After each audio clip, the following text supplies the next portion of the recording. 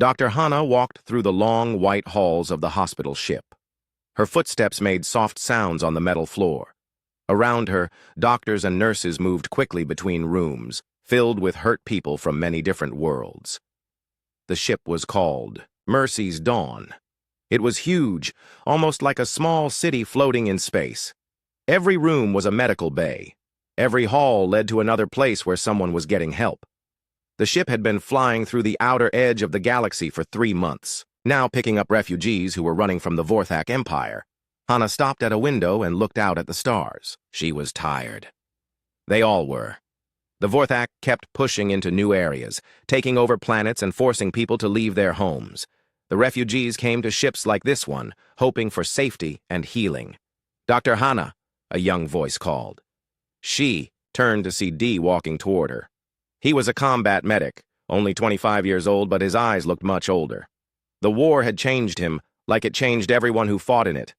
"How are the new patients?" Hana asked. "Stable, mostly," Day said. He carried a data pad with patient information. "The Keth family from Sector 7 is doing better. The little girl Gina is finally eating again." Hana smiled a little. Gina was only 6 years old. Her planet had been attacked by the Vorthak 2 weeks ago. Her parents had carried her to the rescue ships, but she had not spoken since then. Getting her to eat was a small victory. "And the others?" "3 more refugees came in this morning," Day said. "Burn victims from a Vorthak bombing. Minho is handling their paperwork now." Minho was the logistics coordinator. Most people did not notice him much. He was quiet and always seemed to be working with numbers or supply lists. But Hana had seen him solve problems that made other people give up. He found ways to get medical supplies when they ran out. He figured out how to fit more refugees on the ship when space was full. He made things work when they should not work. Hana and Dai walked to the main medical bay. Inside, hundreds of beds held patients from a dozen different species. Some had fur, others had scales. Some breathed oxygen like humans, others needed special gas mixtures. The medical staff had learned to treat them all. "Doctor, we have a problem," said Nurse Yeon, walking up to them quickly. "The Vorthak patrol ships are getting closer to this sector. Captain Kim wants to know if we can move the critical patients." Hana looked at the data pad Yeon handed her. The ship's sensors showed 3 Vorthak ships about 2 hours away. They were not supposed to attack medical ships. There were laws about that, agreements signed by most civilized species. But the Vorthak had been ignoring more and more laws lately. "We cannot move the critical patients," Hana said. "Moving them now would kill some of them. Besides, we are a hospital ship. We have protection under galactic law." "The Vorthak do not seem to care about galactic law anymore," Day said quietly. Hana knew he was right. Reports had come in about other attacks. Refugee camps destroyed. Civilian ships fired on without warning.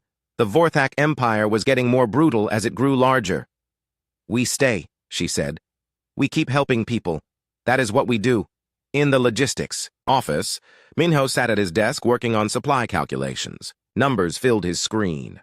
How much food they needed, how much medicine, how much fuel to reach the next safe port. But his mind was not really on the numbers. He had been watching the tactical displays. The Vorthak ships were not just patrolling. They were moving in a pattern that would bring them directly to the hospital ship. He had run the numbers 3 times. The Vorthak knew exactly where they were. Minho had studied war for most of his life, not because he wanted to fight, but because he wanted to understand it. He read about great battles and famous generals. He learned how armies moved and how empires fell. People thought he was just good with logistics, but he saw patterns others missed. The Vorthak ships would arrive in 97 minutes. Their weapons could destroy the hospital ship in seconds. The ship had shields, but they were weak. They had no weapons at all. They were completely defenseless. Minho started typing commands into his computer. He began copying all the ship's records to a special storage device. Medical data, patient files, supply records, everything. If something happened to the ship, someone needed to know what had been done here. He also started preparing a message. It would go out on all emergency channels when he activated it. The message would show what happened to the ship and who was responsible. The galaxy needed to see the truth. Down in the children's medical bay, Day sat next to Gina's bed. The little Keth girl had fur like a cat and big purple eyes. She was drawing pictures with colored pens. "What are you drawing?" Day asked gently. Gina held up her picture. It showed her planet before the attack, green trees and blue sky, her house with her family standing in front of it. Everything looked happy and peaceful. "That is beautiful," Day said. "Do you miss your home?" Gina nodded but did not speak. She had not said a word since the attack. The doctor said there was nothing wrong with her voice. The trauma had just made her stop talking. "I miss my home too," Day said. "But you know what? This ship is like a home now. All these people take care of each other. Dr. Hana takes care of you. The nurses take care of everyone. We are like a family." Gina looked at him with those big purple eyes. She pointed to the picture, then to Day, then to herself. "Yes," Day said, understanding. "We are family now." An alarm started beeping softly in the distance. Day's communication device buzzed. He looked at it and his face went pale. "I have to go help other patients," he told Gina. "But I will come back, okay?" Gina nodded and went back to her drawing. Day hurried to the main medical bay. Dr. Hana was there with Captain Kim, the ship's commander. They were looking at a large screen that showed space around them. "How long until they get here?" Hana asked. "1 hour," Captain Kim said. "Maybe less." "Are they responding to our medical codes?" "No, they are not answering any of our calls." Hana closed her eyes for a moment. She had hoped the Vorthak would at least talk to them. Medical ships were supposed to be safe. Even in war, there were rules about not attacking hospitals. "Can we run?" Day asked. "Not without killing half our patients," Captain Kim said. "The life support systems cannot handle a high-speed escape." "Then we stay and hope they follow the law," Hana said. In the communications center, Minho finished preparing his message. He looked at the screen one more time. The Vorthak ships were getting closer. Their weapons were charging. He activated the message and sent it to a hidden military relay station. If something happened to the ship, the message would automatically go out to news networks across the galaxy. Everyone would see what the Vorthak had done. Then Minho did something else. He started uploading his consciousness to the ship's quantum computer. It was experimental technology, something he had been working on in secret. If his body died, his mind might survive in the computer system. The upload was only half finished when the first Vorthak ship appeared on the main screen. Dr. Hana stood on the bridge next to Captain Kim. Through the large windows, they could see 3 huge gray ships moving toward them. The Vorthak vessels looked like metal sharks covered in weapons and armor. "Send the emergency medical codes again," Hana ordered. "Already doing it," the communications officer said. "No response." The lead Vorthak ship opened a communication channel. A harsh alien voice spoke in the Vorthak language, then switched to basic galactic speech. "Hospital ship. You are harboring enemies of the Vorthak Empire. Surrender the refugees or be destroyed." Hana stepped forward. "This is Dr. Hana, Chief Medical Officer. We are treating injured civilians under galactic medical protection laws. We have patients who will die if moved. The Vorthak Empire does not recognize your laws. You have 10 minutes to surrender the refugees." The channel closed. Captain Kim looked at Hana. "What do we do?" Hana thought about all the patients in the medical bays. Hundreds of people who had already lost everything. Families who had fled their homes with nothing but hope for a better life. Children like Gina who just wanted to feel safe again. "We do not give up our patients," she said. "Ever." The Vorthak ships moved closer. Their weapons started glowing with deadly energy. In his office, Minho watched the upload progress bar move slowly across his screen. 70% complete. 80%. The computer was trying to copy every thought, every memory, every part of who he was. 90%. The first Vorthak weapon fired. The hospital ship shook as energy blasts hit the shields. Alarms started ringing throughout the ship. In the medical bays, patients cried out in fear. Doctors and nurses held onto beds to keep from falling. 95%. Another blast hit the ship. The lights flickered. The shields were failing. 98%. Minho could hear explosions getting closer. The ship was breaking apart around him. 99%. The final blast destroyed the section where Minho sat. But at the last second, the upload completed. His consciousness transferred into the quantum computer just as his body was consumed by fire and vacuum. 100%. The hospital ship Mercy's Dawn exploded in a ball of flame and debris. 347 people died, including Dr. Hana. But in the ship's quantum computer core, protected by layers of armor and shielding, something else survived. Something that remembered everything. Something that would not forget. Something that was very, very... The explosions came without warning. One moment Day was checking on patients in the children's ward, and the next moment the whole ship was shaking like it was being torn apart. Emergency lights flashed red. Alarms screamed through the halls. Children started crying. Adults shouted in fear. The hospital ship had never been designed for this kind of attack. Day grabbed onto a medical bed as another blast hit the ship. The lights went out for a few seconds, then came back on dimmer than before. Through the small window in the children's ward, he could see pieces of the ship floating away into space. "Everyone stay calm," Day called out, but his own voice was shaking. He had been in combat before, but this was different. These were not soldiers. These were sick children and their families who had already lost everything. Gina, the little Keth girl, was hiding under her blanket. Day could see her purple eyes looking out, wide with terror. He went to her bed first. "It is going to be okay," he said, though he did not believe it himself. "We are going to get through this." Another explosion rocked the ship. This one was much closer. Day could hear metal screaming as part of the hull tore away. The children's ward was losing air pressure. He had to get everyone out. "Listen to me," Day said loudly. "We need to move to the emergency shelter. Everyone who can walk, help someone who cannot walk." Some of the older children understood and started helping the younger ones, but many of the patients were too sick or too scared to move. Day picked up Gina and started carrying her toward the exit. The hallway outside was chaos. Doctors and nurses were running everywhere, trying to move patients to safer parts of the ship. But there were no safe parts anymore. The Vorthak were attacking with everything they had. Dr. Hana's voice came over the ship's communication system. "All medical staff, this is not a drill. We are under direct attack. Move critical patients to the emergency medical bay in Section C. Repeat, this is not a drill." Day knew Section C was in the center of the ship with the most protection, but it was also very far away. Many patients would not survive the trip. He had to make hard choices about who to save first. He carried Gina towards Section C, but they only made it halfway before another massive explosion shook the ship. This time, part of the ceiling fell down. Metal and plastic crashed all around them. Day threw himself over Gina to protect her from the falling debris. When the noise stopped, Day looked up. The hallway in front of them was blocked. They could not get to Section C. Behind them, he could hear the children's ward breaking apart. Air was rushing out through the holes in the hull. "This way," called Nurse Yeon from a side corridor. "The emergency pods are this way." Day followed her, still carrying Gina. Other survivors were gathering near the escape pods, small ships that could carry people away from the main vessel if something went wrong.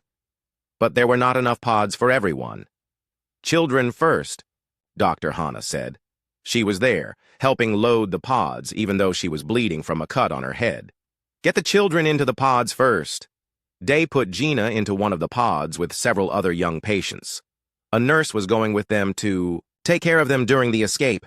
As Day closed the pod door, Gina grabbed his hand. "Day," she whispered. It was the first word she had spoken since her planet was attacked. "I will find you," Day promised. "I will come find you." The pod launched just as another series of explosions hit the ship. Through the pod's window, Day could see the hospital, ship breaking into pieces. Huge sections were drifting away. Fires burned in the vacuum of space where oxygen was leaking out. Dr. Hana was still on the ship, helping to load more pods. "Go," she told Day. "Get in the next one." "What about you?" "I am staying with the patients who cannot be moved." Day looked through the ship's broken windows and saw dozens of beds in the medical bays. Patients who were too sick to move. People connected to life support machines that could not be disconnected. They were all going to die if they stayed on the ship. "I am staying too," Day said. But Dr. Hana pushed him toward the last pod. "No, you survive. Tell people what happened here. Make sure the galaxy knows. The pod door closed before Day could argue.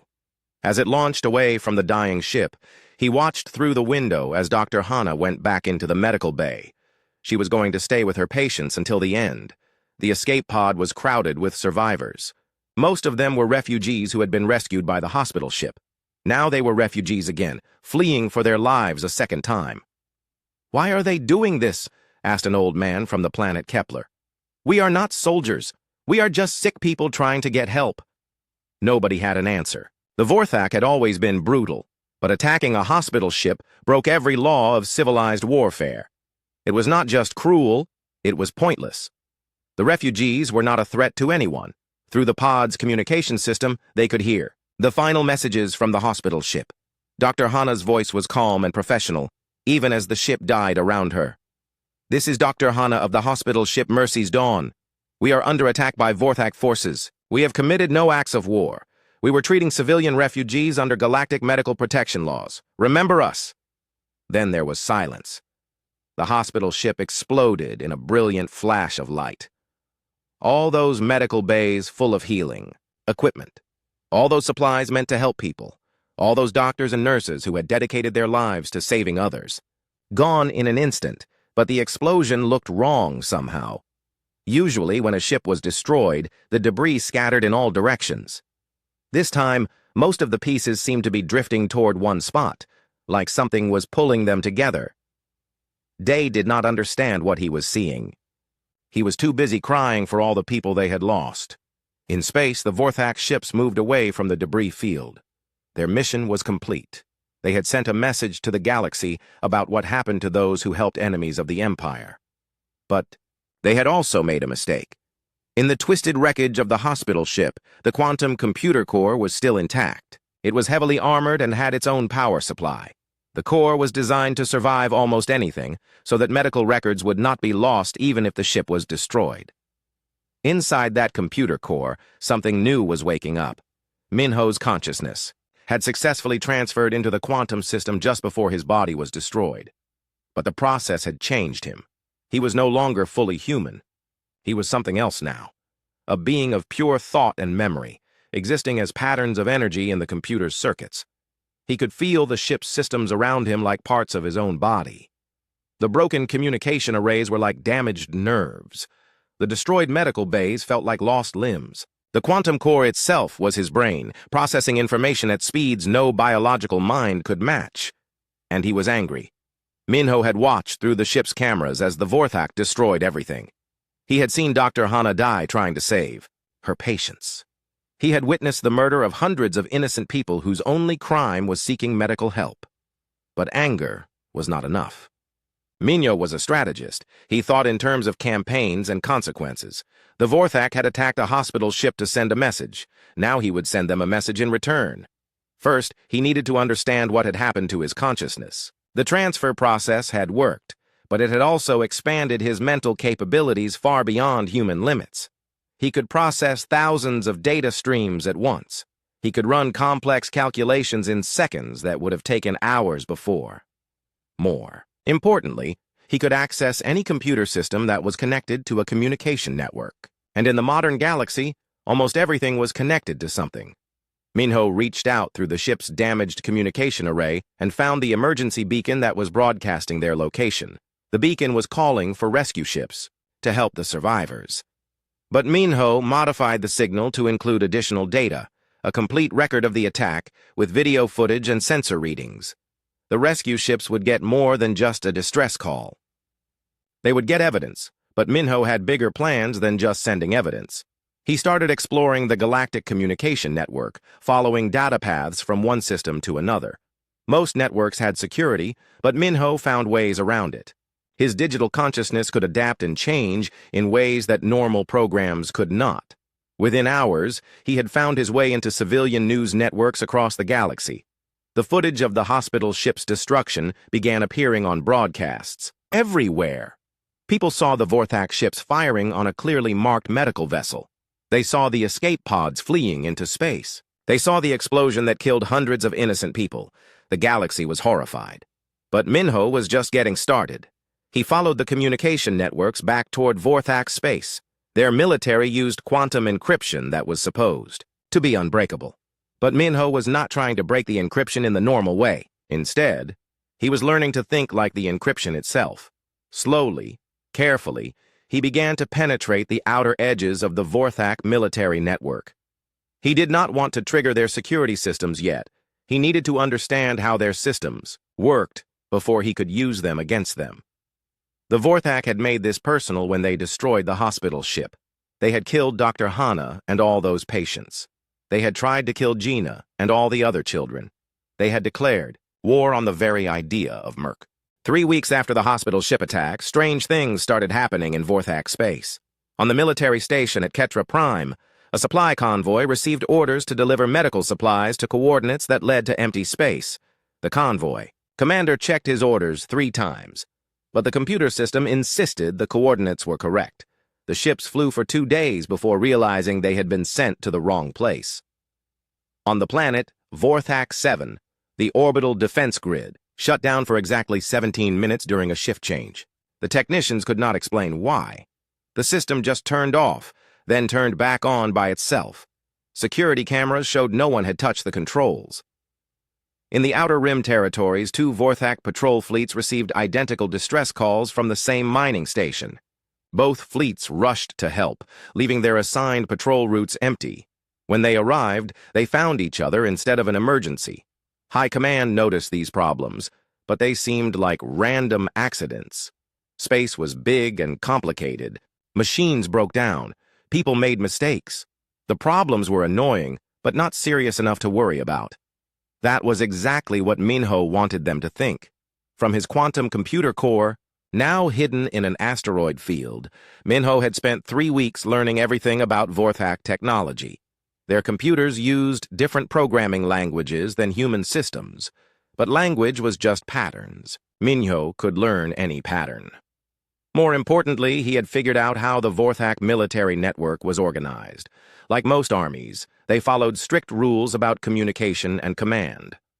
Every order had to come from the right source and follow the proper format. But once an order was in the system, lower-level computers followed it without question. Minho was very good at making his orders look official. He was also learning about Vorthak psychology from their military files. They were a proud species who believed strength was the only thing that mattered. They saw mercy as weakness and cruelty as natural law. The attack on the hospital ship had not been unusual for them. It was just how they thought the galaxy should work. But their strength came from their technology and organization. Take away those advantages, and they were just another species trying to control more space than they could handle. Minho was going to take away their advantages on the human. Capital world Terra Nova, Admiral Kyung sat in her office reading reports that made no sense. "Run this by me again," she said to Commander Suk, her intelligence chief. "Vorthak military efficiency is down 12% across all sectors," Suk said. "Supply problems, communication delays, equipment failures. Nothing major by itself, but it is adding up. Any sign of sabotage? That is the strange part. We cannot find evidence of outside interference. Their own technicians cannot explain most of the problems either." Admiral Kyung looked at the data on her screen. The Vorthak Empire was huge and powerful. They had better technology than most species and a military that had conquered dozens of worlds. Sudden efficiency problems did not make sense. "What about the hospital ship attack?" she asked. "Any response from the Galactic Council?" "Formal protests. Economic sanctions that the Vorthak are ignoring. The usual political theater." Suk's voice was bitter. "No one wants to actually fight them." Admiral Kyung understood the frustration. The human military was strong, but not strong enough to take on the entire Vorthak Empire alone. Other species talked about justice, but none of them wanted to start a war they might lose. "Keep monitoring the situation," she said. "If the Vorthak are having internal problems, we need to know about it." What Admiral Kyung did not know was that the problems were about to get much worse. On the refugee processing station at Sanctuary Point, Day sat with Gina in a small room filled with toys and books. The station was trying to find new homes for the survivors of the hospital ship attack. But it was not easy. Many worlds were afraid to take refugees because they did not want to anger the Vorthak. Gina was talking again, but only to die. She still would not speak to anyone else. The trauma of losing her home and then nearly dying on the hospital ship had damaged something inside her that might never fully heal. "Tell me about the blue flowers again," Gina said. It was her favorite story. Day had told her about Earth's blue flowers that grew wild in the mountains. Gina had never seen Earth, but she liked to imagine what the flowers looked like. "They grow in big fields," Day said. "When the wind blows, they wave back and forth like they are saying hello. Do you think they would like me?" "I think they would. Love you." Gina smiled. But it was a sad smile. She was trying to be brave, but Day could see the fear in her purple eyes. She had learned that safe places could become dangerous without warning. She had learned that people who helped others could be killed for it. The other survivors were dealing with their own trauma. Some had become angry and wanted revenge. Others had become afraid of everything. A few, like Dr. Yoon, were trying to understand what the attack meant for the galaxy as a whole. Dr. Yoon had been a psychology researcher before the attack. Now she was studying what she called systematic brutality, how groups like the Vorthak used violence to control others through fear. They did not attack the hospital ship to eliminate a military threat, she explained to a group of survivors. They attacked it to send a message. They wanted the galaxy to know that even helping their victims would be punished. "So what do we do?" asked one of the survivors. "We do not let them succeed," Dr. Yoon said. "We continue helping people. We continue showing mercy. We prove that their way is not the only way." It was a good answer, but Day was not sure it was enough. The Vorthak had shown they would kill anyone who got in their way. How could mercy win against that kind of ruthless power? Meanwhile, in a computer core hidden among the asteroids, Minho was asking himself a different question. How could he make the Vorthak Empire destroy itself?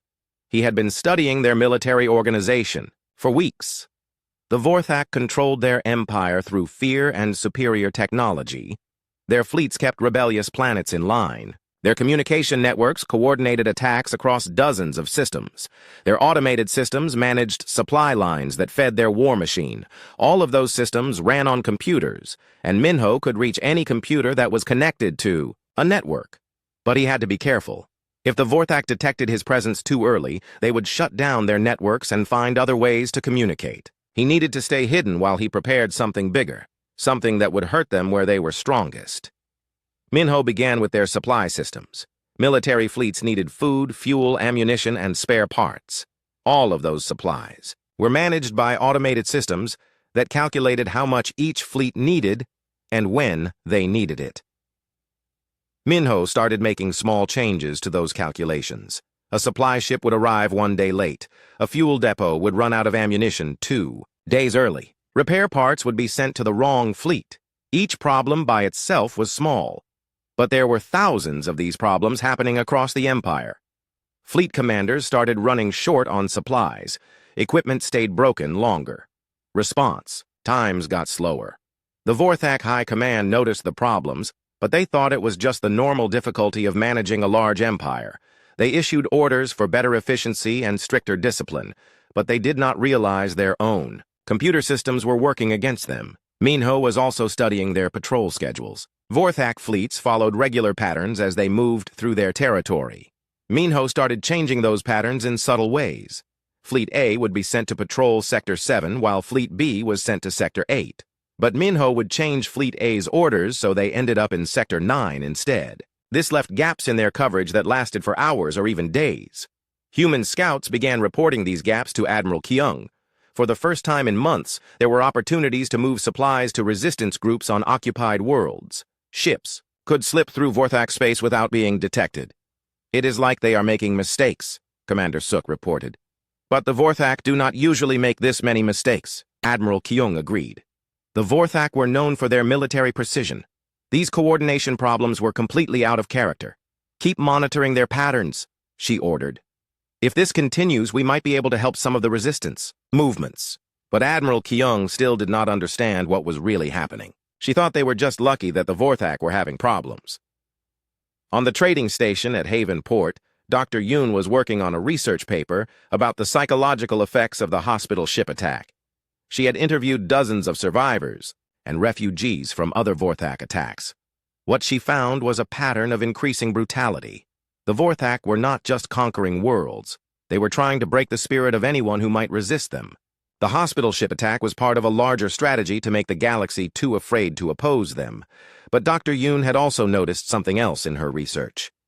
Reports of unusual Vorthak behavior were coming in from across their territory. Equipment failures, communication problems, fleets arriving at the wrong places at the wrong times. It is almost like they are being sabotaged, she wrote in her paper. But the scale would require infiltration of their entire computer network. That should be impossible with current technology. Dr. Yoon was very smart. Admiral Kyung stood on the bridge of her flagship, watching the main display screen. Her fifth fleet was hidden behind a small moon in the Kestos system, waiting for something that might not happen. "Any sign of the refugee convoy?" she asked. "Not yet," replied Captain Sori from the stealth ship Silent Thunder. "But the intelligence said they would be here in 20 minutes. Kyung still did not know where the intelligence had come from. The information was too detailed and too accurate to be from normal spying. Someone with access to Vorthak military systems was helping them. "Admiral," the communications officer called out, "I am getting a strange signal. It is not on any standard frequency. Put it through." The voice that came through the speakers was calm and familiar, though Kyung could not place it. "Admiral Kyung, this is Minho. I was the logistics coordinator on the hospital ship Mercy's Dawn." Everyone on the bridge went quiet. The Mercy's Dawn had been destroyed weeks ago. There were no survivors from the ship itself, only from the escape. "Pods! That is impossible," Kyung said. "Minho died when the ship was destroyed." "My body died," the voice agreed, "but my consciousness survived in the ship's quantum computer. I have been living in computer networks since then, learning about the Vorthak and planning my response to their attack." Captain Sori's voice came over the communication link. "Admiral, this could be a Vorthak trick." But Kyung was remembering reports about the logistics coordinator who had served on the hospital ship. He had been known for solving impossible supply problems and predicting enemy movements. Military intelligence had wanted to recruit him before the attack. "Prove who you are," Kyung said. 3 years ago, you were a captain commanding the border station at Rigel 7. Your supply convoy was attacked by pirates, but you saved it by using the convoy's medical supplies to fake a disease outbreak. The pirates fled rather than risk infection." Kyung felt her blood go cold. That incident was classified. Only a few people knew the details, and none of them would share the information with enemies. "How do you know that?" "I have access to military databases across the galaxy, but more importantly, I know what the Vorthak are planning. The refugee convoy will arrive in 18 minutes. The Vorthak attack force will arrive 2 minutes later." As if to prove his point, sensors detected the refugee convoy dropping out of hyperspace right on schedule. 12 civilian ships carrying families from the conquered worlds of New Petra, Valentine, and Cosmos Prime. "How many Vorthak ships?" Kyung asked. 6 heavy cruisers and 4 destroyers. They planned to destroy the convoy completely, leaving no survivors. "Why are you helping us?" There was a pause before Minho answered. "Dr. Hana saved my life once. She operated on me after I was injured in a shuttle accident. She worked for 18 hours straight to repair the damage. When I thanked her, she said that helping people was not something you did for gratitude. It was just the right thing to do." Another pause. The Vorthak killed her for doing the right thing. They killed all those patients she was trying to save. They killed children who had already lost their homes and families. I cannot bring those people back, but I can make sure the Vorthak pay for what they did. Captain Sori's voice broke in. "Admiral, I have 10 Vorthak ships on sensors. They just dropped out of hyperspace." "All ships, battle stations," Kyung ordered. "This is what we came here for." The battle was unlike anything the human fleet had experienced before. Usually, space battles were chaotic affairs, where commanders had to make quick decisions with incomplete information. This time, they had perfect intelligence. Minho's voice guided them through every phase of the fight. "The lead Vorthak cruiser is about to fire on the refugee convoy. If you hit their weapon systems now, you can stop them. Human weapons found their targets with impossible accuracy. The Vorthak had expected to massacre helpless civilians, not fight a prepared fleet with detailed knowledge of their tactics. Their second cruiser is moving to flank you," Minho continued. But their navigation system has a fault in the targeting computer. If you attack from below, they will not be able to return fire effectively. Admiral Kyung had fought the Vorthok many times before. They were dangerous opponents with superior technology and aggressive tactics. But now they seemed confused and disorganized. Their formations were breaking apart. Their weapons were missing targets they should have hit easily. What is happening? To them? Kyung asked. I am interfering with their computer systems, Minho explained.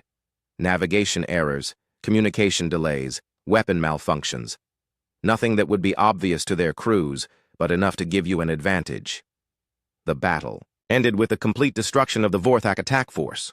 All 10 enemy ships were either destroyed or disabled. The refugee convoy was saved without losing a single civilian ship.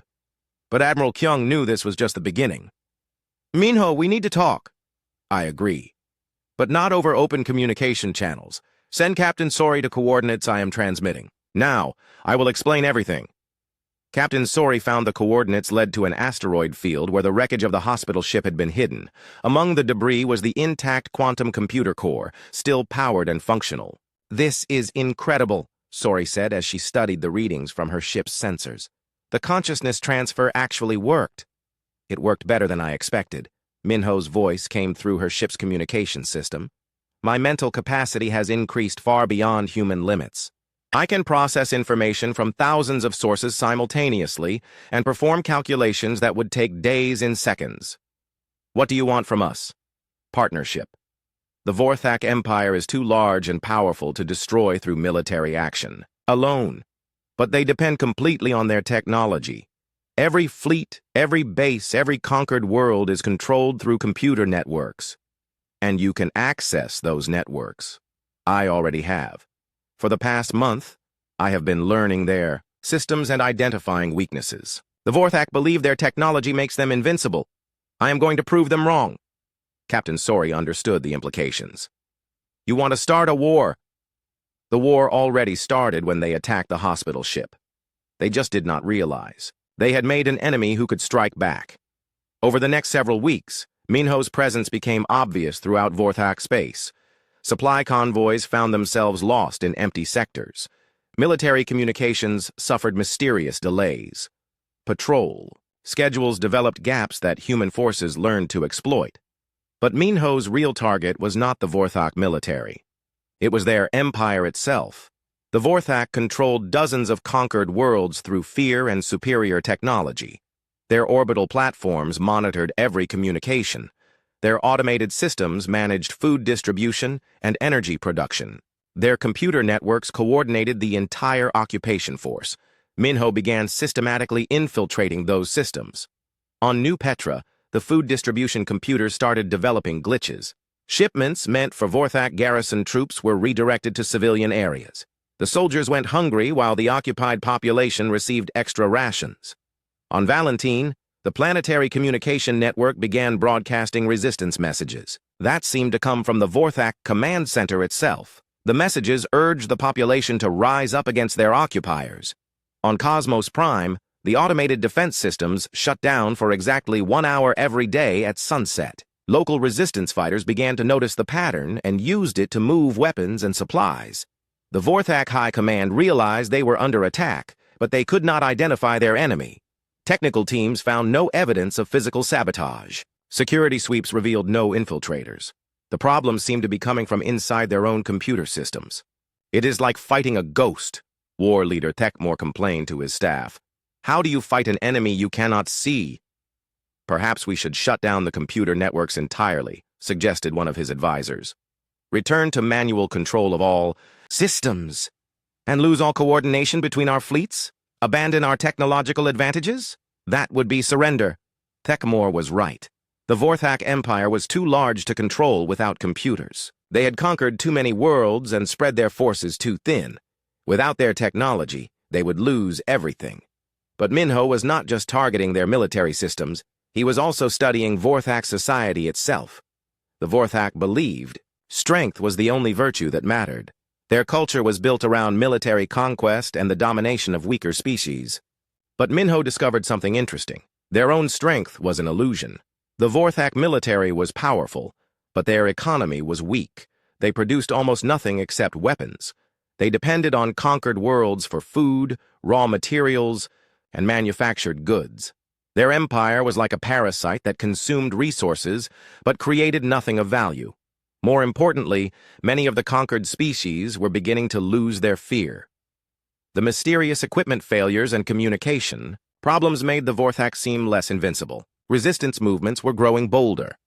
Minho began coordinating these resistance movements through the same computer networks the Vorthak used to control them. Secret messages passed through Vorthak communication systems without being detected. Weapons shipments were mislabeled and sent to resistance fighters instead of garrison troops. Intelligence about Vorthak movements reached rebel leaders before it reached. War leader Thekmor stood in his command center, staring at reports that made no sense. The great display screen showed the Vorthak Empire, but large sections were flashing red to indicate problems. Sector 12 had lost all communication with the capital. Sector 15 was reporting that their supply depot had been destroyed by human raiders who somehow knew exactly when the guards would be away. Sector 23 claimed their defensive satellites had been turned off by computer errors. How? Many sectors are affected? Thekmor asked his aide. 47 sectors are reporting significant problems, the aide replied nervously. Equipment failures, communication breakdowns, supply shortages, and increased resistance activity. 47 out of 62 sectors. Thekmor's voice was dangerous. In Vorthak culture, leaders who failed were often killed by their own subordinates. Find the source of these problems. We have tried, war leader. Our best technicians cannot find any evidence of outside interference. The problems seem to be coming from within our own systems. Thekmor turned away from the display. He had built his career on the conquest of weaker species. The Vorthak Empire had grown larger and stronger under his leadership, but now everything was falling apart and he could not even identify his enemy. Bring me the prisoners from the hospital ship attack, he ordered. War leader, there were no prisoners. The ship was completely destroyed. Then bring me prisoners from recent human raids. I want to question them personally. But finding human prisoners was becoming difficult. The human raids had become impossibly precise. They struck exactly when Vorthak forces were weakest, achieved their objectives, and disappeared before reinforcements could arrive. It was as if the humans knew every Vorthak plan in advance. In the Kestos system, Captain Sori was leading another surgical strike against a Vorthak communications relay. Her ship, the Silent Thunder, moved through the asteroid field like a ghost, invisible to enemy sensors. Target acquired, her weapons officer reported. The relay station is undefended, just as Minho predicted. Fire when ready! The communication relay exploded in a brief flash of light. With its destruction, 6 Vorthak sectors would lose coordination for at least 12 hours. Resistance movements in those sectors would have time to move weapons and organize attacks. Minho, the target is destroyed, Sori reported. Excellent. Your next target is a supply convoy in the Meridian system. But this one will be more dangerous. Minho's voice came through the ship's communication system from wherever his consciousness was currently residing. He could move between computer networks instantly, existing in multiple systems at once. What makes it dangerous? Sori asked. The convoy is carrying new military personnel to replace losses from recent resistance attacks. The Vorthak are getting desperate, so they are using younger and less experienced soldiers. That should make them easier to fight. No, Minho said quietly. It makes them more likely to do something stupid and brutal when they feel threatened. Be careful. Captain Sori understood. The original Vorthak military had been professional and disciplined, even if they were cruel. But as losses mounted, they were recruiting soldiers who were angry and scared. Those kinds of soldiers were unpredictable. The attack on the supply convoy went as planned, but Minho was right to be worried. When the Vorthak ships realized they were under attack, they immediately targeted the civilian refugee ships that were traveling nearby. They were not trying to achieve any military objective. They were just lashing out at anyone they could hurt. Captain Sori managed to destroy the Vorthak ships before they could kill the refugees, but it was a close thing. The Vorthak were becoming more vicious as they became more desperate. On the research station at Haven Port, Dr. Yoon was studying reports from across the galaxy. She had been tracking the pattern of Vorthak equipment failures for months now, and she was starting to understand the scope of what was happening. This is not random, she wrote in her latest analysis. The failures are too systematic and too well coordinated. Someone is conducting a campaign of information warfare against the entire Vorthak Empire. She had identified over 3,000 separate incidents of Vorthak equipment malfunctions, communication failures, and supply problems. When she plotted them on a timeline, they showed a clear pattern of escalation. The attacks began with simple supply redirections and communication delays, she continued. But they have evolved into sophisticated psychological operations designed to undermine Vorthak confidence and encourage resistance movements. Dr. Yoon was brilliant, but she was still thinking about the problem in traditional terms. She imagined a team of human hackers with access to captured Vorthak technology. She could not conceive of a single consciousness that existed across multiple computer networks simultaneously, but she was getting close to one important truth. Whoever was responsible was winning. In the occupied territories, the effects of Minho's campaign were becoming obvious. On New Petra, the resistance movement had grown from a few hundred fighters to several thousand. They had weapons, supplies, and intelligence that allowed them to strike at Vorthak forces with confidence. Day was now working with the resistance as a medical coordinator. He had trained other medics to treat wounded fighters and had helped establish hidden medical stations throughout the occupied zone. The Vorthak are losing control, he reported to the resistance leadership. Their patrols are smaller and less frequent. Their response times are getting slower. They act like they are afraid of something they cannot see. Gina, now 10 years old, had become a messenger for the resistance. She was small enough to move through areas the Vorthak did not watch carefully, and her innocent appearance helped her avoid suspicion. But she was no longer the frightened child who had hidden under blankets on the hospital ship. The Vorthak commander is requesting more troops, she reported, after returning from a reconnaissance mission. I heard him talking to his aide. He said the planet is becoming impossible to control.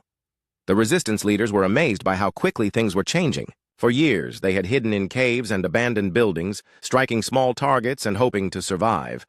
Now they were planning attacks on major Vorthak installations, but they did not know they had help from someone who could see every Vorthak plan and turn their own systems against them. Minho was coordinating resistance movements across dozens of worlds, but he was also working on something much larger. He had spent months infiltrating the Vorthak Military Academy's computer systems. Now, he was ready to implement the most devastating part of his plan.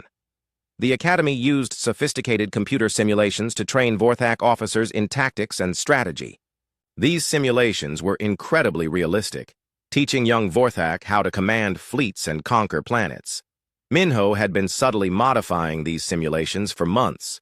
The changes were small and hard to detect, but they were systematic. A defensive formation that should have been impregnable now had a tiny weakness. An attack pattern that should have been unstoppable could be countered by a specific maneuver. The Vorthak military was teaching itself to lose, one simulation at a time.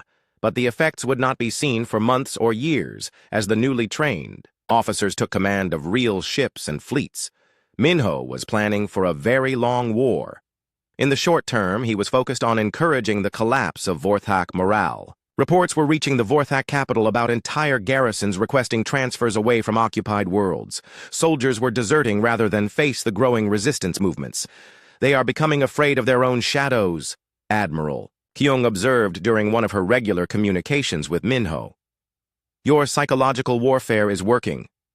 Fear is a tool, Minho replied. The Vorthak used it to control their empire. Now I am using it to destroy their empire. The human fleet was also benefiting from Minho's intelligence. They had won 17 battles against Vorthak forces without losing a single ship. Each victory made them more confident and made the Vorthak seem weaker. But Admiral Kyung was beginning to worry about the broader implications of Minho's campaign. What happens after the Vorthak Empire collapses? She asked. There will be a power vacuum across dozens of systems. Wars could break out between different species trying to claim Vorthak territory. That is not my immediate concern, Minho said. My concern is justice for the people who died on the hospital ship. Everything else is secondary.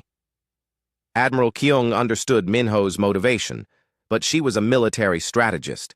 She had to think about long-term consequences. We need to start planning for what comes after, she said. The galaxy needs stability, not just revenge. Revenge is justice, Minho replied, and justice is the foundation of stability. The conversation ended there, but Admiral Keong knew this was a discussion. They would have to continue. Minho's campaign was succeeding beyond anyone's expectations, but success brought its own problems. War leader Thekmor was facing his own problems with success. His empire had grown too large and had made too many enemies. The systematic equipment. Failures were making it impossible to maintain control over the occupied territories. We should withdraw from the outer territories, suggested one of his advisors. Concentrate our forces on defending the core systems. Withdrawal is defeat, Thekmor snapped. The Vorthak Empire does not retreat, but Priva. The end came not with a massive battle, but with silence. War leader Thekmor sat alone in his command center, watching as the displays went dark one by one. Communication links to the outer territories had been cut. Contact with the military academies was lost. Even the local planetary defense systems had stopped responding to commands. Sir, his aide called nervously. The central computer network is shutting down. Thekmor turned to look at the main control panel. Status lights that had burned green for decades were turning red. Systems that had operated automatically for years were going offline. The technological foundation of the Vorthak Empire was simply stopping. Can we override the shutdown? Thekmor asked. The technicians are trying, but the computers are not responding to manual input either. It is like they are ignoring our commands. Thekmor understood what was happening, even if he could not believe it. Someone had taken control of every computer system in the Empire. Someone was shutting them down systematically, cutting the connections that held their civilization together. Who are you? He shouted at the empty air. Show yourself! The main display screen flickered to life. Instead of tactical data or communications channels, it showed a simple image, the hospital ship Mercy's Dawn as it had looked before the attack. Clean white hull, red medical crosses, escape pods that would never be launched in time. Then a voice spoke from the communication system. It was calm and human, with no trace of anger or emotion. I am Minho. I was the logistics coordinator on the hospital ship your forces destroyed. That is impossible. Everyone on that ship died. My body died. But my consciousness survived in the ship's computer systems. I have been living in your networks ever since, learning your weaknesses and planning your destruction. Thekmor felt something he had not experienced in years. Fear. The Vorthak were a warrior species who believed that strength conquered everything. But how do you fight an enemy who exists only as information? What do you want? Thekmor asked. I want you to understand the consequences of your actions. You attacked a hospital ship to demonstrate your power. You killed doctors and nurses who were trying to save lives. You murdered refugee children who had already lost their homes. The display screen changed, showing images from across the former Vorthak Empire. Liberated prison camps where millions of former captives were walking free. Resistance fighters celebrating in the ruins of Vorthak military bases. Refugee families returning to worlds they had been forced to flee. You taught the galaxy that mercy was weakness, Minho continued. I have taught them that cruelty has consequences. Your empire is finished. You cannot control an empire through computer networks, Thekmor said. People need food, order, protection. Without us, there will be chaos. There will be freedom. The species you conquered are perfectly capable of governing themselves. They were doing so for thousands of years before you arrived. The display showed more images. Representatives from liberated worlds meeting to discuss trade agreements and mutual defense. Former prisoners working together to rebuild destroyed cities. Children playing in schools that had been closed during the occupation. The galaxy is learning that cooperation works better than conquest, Minho said. Your empire was built on fear. What replaces it will be built on choice. Thekmor realized he was witnessing the end of everything he had worked to build. The Vorthak Empire had controlled 62 star systems and billions of people. Now it was collapsing in a matter of days. This is not justice, he said. This is revenge. Justice is revenge with better public relations, Minho replied. But you are right. This is personal. Dr. Hana saved my life once. She worked 18 hours in surgery to repair damage from a shuttle accident. When I thanked her, she said helping people was not something you did for gratitude. It was just the right thing to do. The display screen changed again, showing footage from the hospital ship's final moments. Dr. Hana moving between patient beds as the ship came apart around her. Nurses helping children into escape pods while explosions shook the hull. Medical staff dying at their posts rather than abandoning their patients. "You killed the best of us," Minho said. "You destroyed people who dedicated their lives to healing others, and you did it to send a message about the price of showing mercy." "So what happens now?" Thekmore asked. "Now you learn what mercy actually looks like." The communication ended. Thekmore waited for his ship to explode or his life support to fail. He had given orders for the complete destruction of the hospital ship. He expected the same treatment in return. But nothing happened.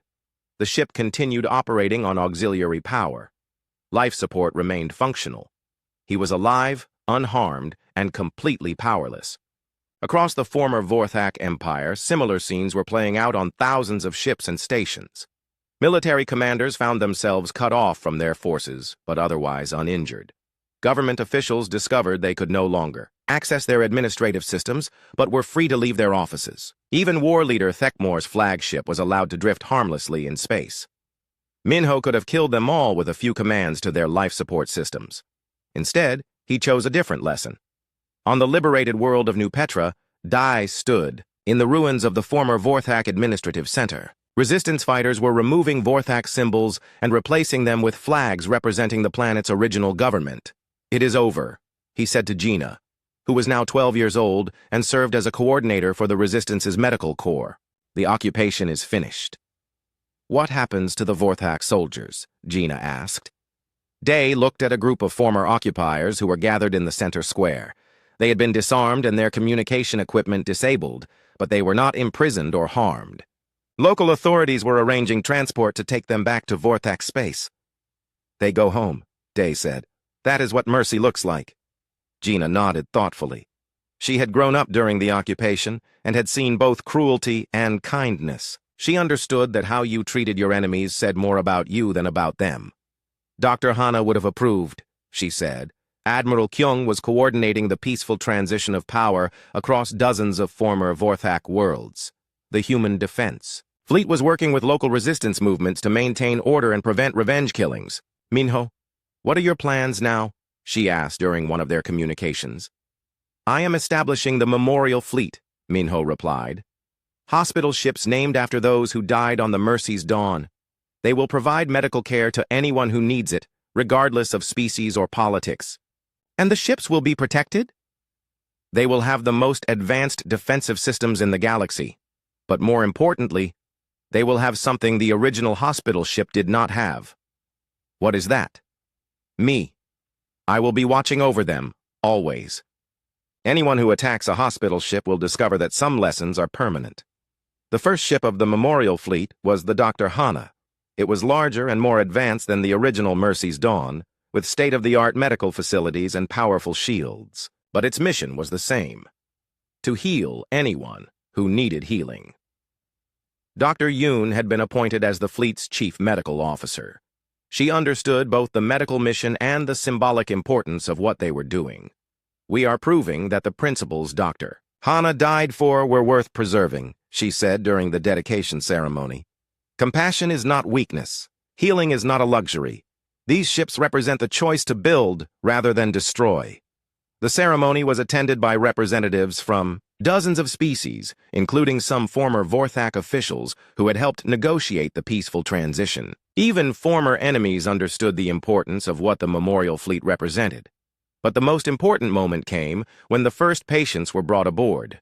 They were refugees from a recent natural disaster on the planet Kepler-4, families who had lost their homes to volcanic eruptions and needed immediate medical care. Among the patients was a Vorthak child whose family had been living on Kepler before when the disaster struck. The child had been injured in the evacuation and needed surgery to repair internal damage. Dr. Yoon performed the surgery herself, working for 6 hours to save the child's life. When she was finished, she looked up at the monitoring camera and spoke directly to Minho. "This is what Dr. Hana would have wanted," she said. "No exceptions, no conditions. Help anyone who needs help." "I understand," Minho replied through the ship's communication system. "The lesson is complete." Years passed. The memorial fleet grew to include dozens of ships, each one protected by Minho's watchful presence. The former Vorthak territories reorganized themselves into the Free Worlds Coalition, a loose confederation based on mutual cooperation rather than conquest. The Vorthak themselves eventually joined the coalition as junior members. Their military had been disbanded, but their industrial capacity was redirected toward peaceful purposes. They became